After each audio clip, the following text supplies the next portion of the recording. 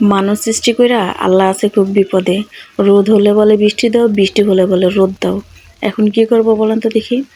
আল্লাহর সাথে সাথে তো আমরা নিজেরাও কনফিউশনে পড়ে যাই যে কখন যে আল্লাহকে বলবো যে আল্লাহ তুমি রোদ দাও, কখন বলবো যে আল্লাহ বৃষ্টি দাও।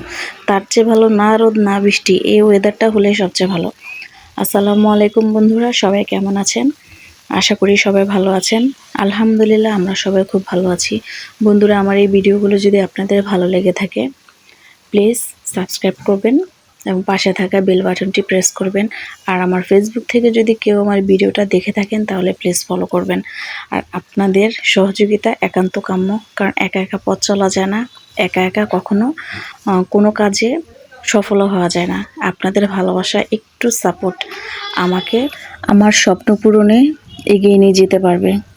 তাই আপনাদের সাপোর্ট একান্তভাবে কামনা করছি। তো বন্ধুরা, যে কথা বললাম সেটা হচ্ছে বৃষ্টি নিয়ে কথা। তো বৃষ্টি হচ্ছে যে ওই যে বললাম না রোদ না বৃষ্টি, এটাও আসলে কোনো কথা না। কারণ আমাদের প্রকৃতির ভারসাম্য রক্ষার জন্য যেমন বৃষ্টির প্রয়োজন আছে তেমন রোদের প্রয়োজন আছে, কিন্তু অতিরিক্ত বৃষ্টিও ভালো লাগে না, অতিরিক্ত রোদও ভালো লাগে না। তো বন্ধুরা, এই বৃষ্টিময় দিনে, বৃষ্টিময় দুপুরে, বৃষ্টিময় সকালে, বৃষ্টি আর বৃষ্টি, বৃষ্টিময় রাত। তো এই বৃষ্টির দিনে সবাই বলে খিচুড়ি খিচুড়ি, আর আমি রান্না করেছি বেহেশতি তরকারি। বেহেশতি তরকারি কি বুঝেন নাই তো? দাঁড়ান বুঝিয়ে বলছি। তো সেটা হচ্ছে, প্রথমত আমার জন্য বেহেশতি তরকারি হচ্ছে এই টুকানো শাক।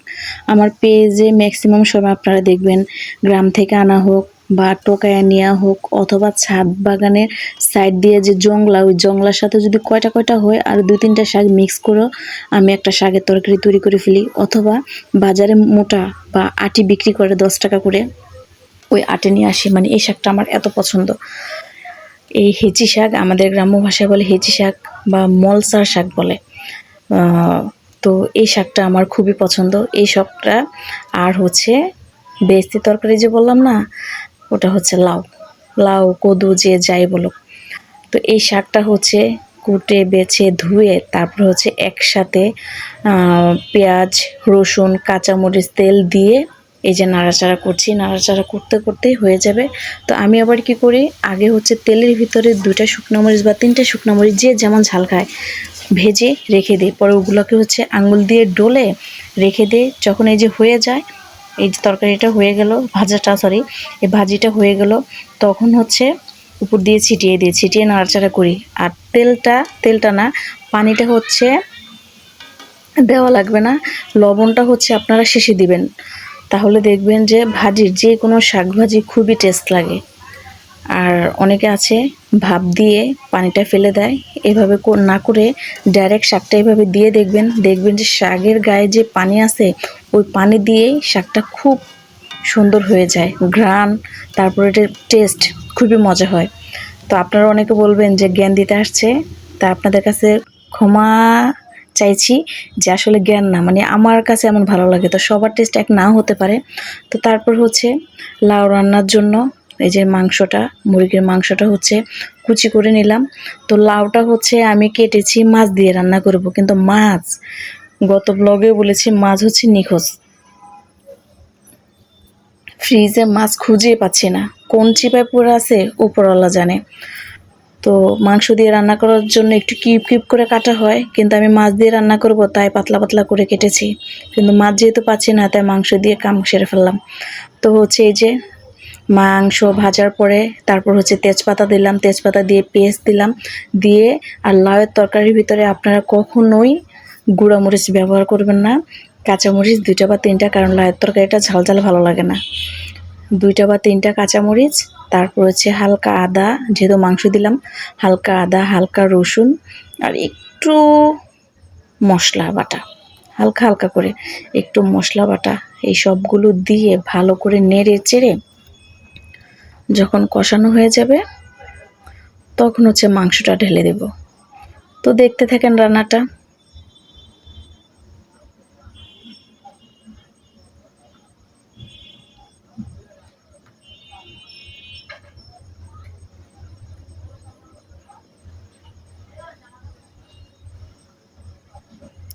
আমার বাড়ির সাইড টকগুলো একটু ইগনোর করবেন প্লিজ, ক্ষমাসুন্দর দৃষ্টিতে দেখবেন। আর আমার পাকঘরটা এখনও তৈরি হয়নি, তাই পাকঘরটা মানে রান্না করতে আমার একটু কষ্ট হয়, ভিডিও করতে একটু কষ্ট হয়। সেটা হচ্ছে এক হাতে ধরে আর এক হাতে হচ্ছে ভিডিওটা করি। এই যে হালকা একটু মশলা বাটা, আদা বাটা, রসুন বাটা, তারপর হচ্ছে লং, এলাচ, দারচিনি হালকা অল্প এগুলো বেটে এই যে দিয়ে দিলাম। কষানোর পরে আর হচ্ছে হলুদ দেব। হলুদটা আপনারা অন্য তরকারিতে যেমন দেন, লাউয়ের তরকারিতে অত হলুদ দেওয়া লাগে না।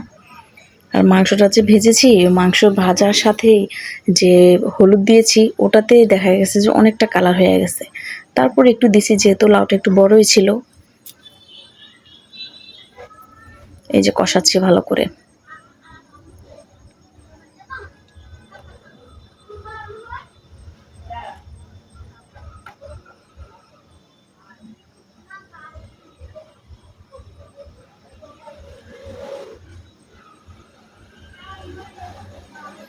আমার বাড়ির রোডের সাইডে আপনারা গাড়ি ঘোড়া সব কিছু শব্দই পাবেন। এই যে মাংসটা ঢেলে দিচ্ছি। মাংসটা ঢালার পরে হচ্ছে মাংসটা ভাজাতে এমনিতেই হাফ সিদ্ধ হয়ে গেছে। তারপরে হচ্ছে এই যে এটা হচ্ছে মশলাতে একটু কষাবো, ভালো করে একটু কষাবো। কষানোর পরে তারপর হচ্ছে লাউটা ঢেলে দিব। তো মাংসটা কষতে থাকুক। হালকা একটু পানি দিয়েছি। জানি না আপনারা কে কেমন করে খান বা এভাবে লাউ দিয়ে মুরগির মাংস দিয়ে খান কি না। কেউ খায় কি না জানি না, কিন্তু আমরা খাই। আমাদের ভালো লাগে। পেঁপে দিয়ে, লাউ দিয়ে, জালি দিয়েও রান্না করে খাই, কিন্তু জালি দিয়ে খুবই কম। এই যে আরেকটু হলুদ দিয়ে দিলাম।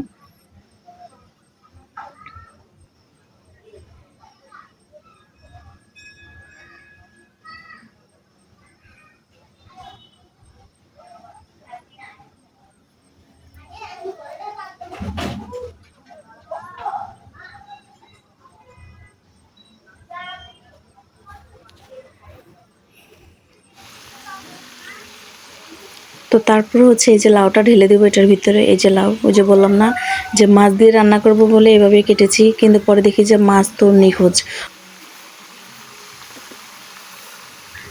মনে করেন যে নিখোঁজের ডায়েরি লেখে পরে যদি মাইকিং করে এটা যদি বের করা যায় তাহলে যদি পাই, না হলে মাংসের চাপে সে হয়তো অক্কা পাইছে এতদিনে।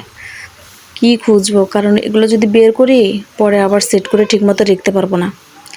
তো এই যে লাউগুলো সব দিচ্ছি, কিন্তু আমার মনটা অত বেশি খুশি না কাটা নিয়ে, কারণ পিসটা হচ্ছে যেটার সাথে যেমন যায় ওইভাবে যদি পিস করা হয় তাহলে খুবই ভালো লাগে। এখন যেভাবে কাটছি এটা হচ্ছে মাছের সাথে রান্না করা। রুই মাছ বলেন, শিং মাছ বলেন, চিংড়ি মাছ কোনোটাই বের করতে পারছি না। আর কি করব বলেন, কিছুই করার নাই। যদি আপনার যদি মন চায় যে মনে মনে প্ল্যান করে থাকেন, বিশেষ করে গৃহিণীরা, যে আমি এভাবে রান্না করব এটা দিয়ে, এরপরে যদি ওই জিনিসটা না হয় তাহলে হাজার টেস্ট হোক, কিন্তু ওই জিনিসটা মনে হয় কি যে ওইটার সাথে ওইভাবে রান্না করলে মনে হয় ভালো লাগতো। মানে আমার এমন হয়, আমার মনে হয় প্রতিটা গৃহিণীরই এমন হয়। তো মনে করেন যে রান্না করেছি, রান্না করার পরে খেয়ে আলহামদুলিল্লাহ প্রশংসাই করেছে, ভালো লেগেছে বলেছে। কিন্তু আমার মনে হচ্ছে কি যে আমি যদি এটা চিংড়ি মাছ দিয়ে রান্না করতাম অথবা রুই মাছের কয়েক পিস ভেজে যদি রান্না করতাম কত ভালো লাগতো। লুকটা দেখে আপনারা বুঝবেন, বিশেষ করে যারা গৃহিণী আছেন আপনারা বুঝবেন যে তরকারিটা আসলে খুব টেস্টি হয়েছে। কিন্তু আমার মনের ভিতরে যে কুতকুত করে যে ওইভাবে রান্না করলে মনে ভালো লাগতো। আর বিশেষ করে হচ্ছে ঈদের পরে মাংস টাংস খাওয়ার পরে বিশ্বাস করেন মাংসের প্রতি টোটালি অরুচি, কিন্তু আমি ফ্রিজ খুলতে পারছি না। আর দ্বিতীয়ত হচ্ছে যে বাজার থেকে গিয়ে যে আনবে ওই সময়টুকুই কারো হচ্ছে না। আবার বাসায় আসে প্রতিদিন ৩-৪ জন ৫ জন ভ্যানে করে মাছ আনে, কিন্তু এখন সেটাও আসতেছে না। আবার যখন আসবে দেখা যাবে যে সবাই আসবে। তো তারপরে হচ্ছে আমার ঘরের মুরব্বিকে আমি খেতে দিলাম, সে খাচ্ছে। সে আবার শাকটা একটু কম পছন্দ করে, কিন্তু আমি পছন্দ করুক আর না করুক শাক সবজি এটা আমি জোর করে হলেও খাওয়াই, পাম্পুম দিয়ে হলেও খাওয়াই। কারণ এগুলো যদি না খাওয়াই তাহলে শুধু তো মাংস দিয়ে শরীরে ভিটামিন আসবে না, পুষ্টি আসবে না। তো এই যে খাচ্ছে, আলহামদুলিল্লাহ তৃপ্তি সহকারে খাচ্ছে, আমারও খুব ভালো লাগছে। আপনারা সবাই কেমন আছেন জানাবেন কমেন্ট করে, এবং আপনাদের ঈদ কেমন কাটলো, কীভাবে কাটলো সেই জিনিসটাও জানাবেন। আপনাদের কমেন্টগুলো যদি দেখি তাহলে খুবই ভালো লাগে।